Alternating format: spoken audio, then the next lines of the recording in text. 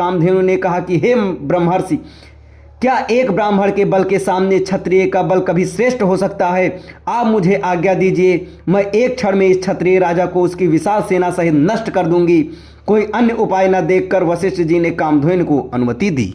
आज्ञा पाते ही कामधेनु ने योग बल से पवन सैनिकों की एक सेना उत्पन्न कर दिया और वह सेना विश्वामित्र की सेना के साथ युद्ध करने लगी। विश्वामित्र जी ने अपने पराक्रम से समस्त पन्व सेना का विनाश कर डाला। इस पर कामधेनु ने सहस्त्रों शक, हूण, बर्वर, यवन और काम्बोज सैनिक उत्पन्न कर दिया।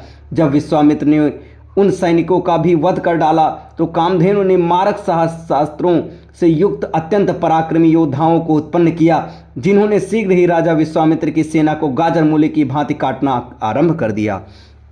अपनी सेना का नाश होते देख विश्वामित्र के 100 पुत्र अत्यंत कुपित हो वशिष्ठ जी को मारने दौड़े।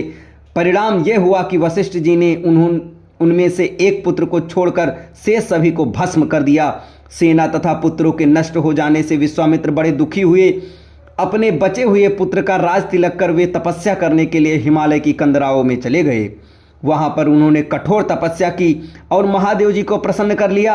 महादेव जी को प्रसन्न पाकर विश्वामित्र ने अपने समस्त दिव्य शक्तियों के साथ संपूर्ण धनुर्विद्या के ज्ञान का वरदान प्राप्त कर लिया। इस प्रकार संपूर्ण धनुर्विद्या का ज्ञान प्राप्त करके विश्वामित्र बदला लेने के लिए वशिष्ठ जी के आश्रम में पहुंचे। वशिष्ठ जी को ललकार कर उन पर अग्निबाण चला दिया।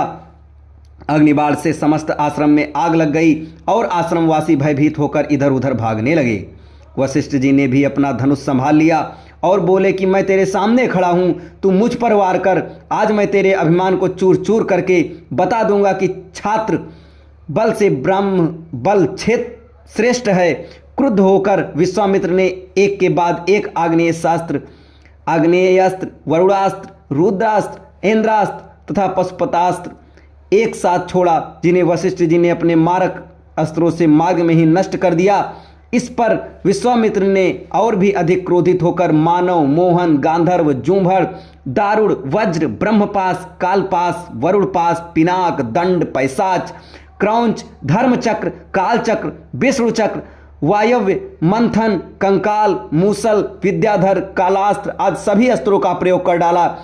वशिष्ठ जी ने उन सबको नष्ट करके ब्रह्मास्त्र छोड़ने के लिए जब अपना धनुष उठाया तो सब देव, किन्नर आदि भयभीत हो गए। किंतु वशिष्ठ जी तो उस समय अत्यंत क्रुद्ध हो रहे थे। उन्होंने ब्रह्मास्त्र छोड़ ही दिया। ब्रह्मास्त्र के भयंकर ज्योति और गगनभेदी नाद से सारा संसार पीड़ा से तड़पने लगा। सब ऋषि मुनि उनसे प्रार्थना करने लगे कि आपने विश्वामित्र को परास्त कर दिया है, अब आप ब्रह्म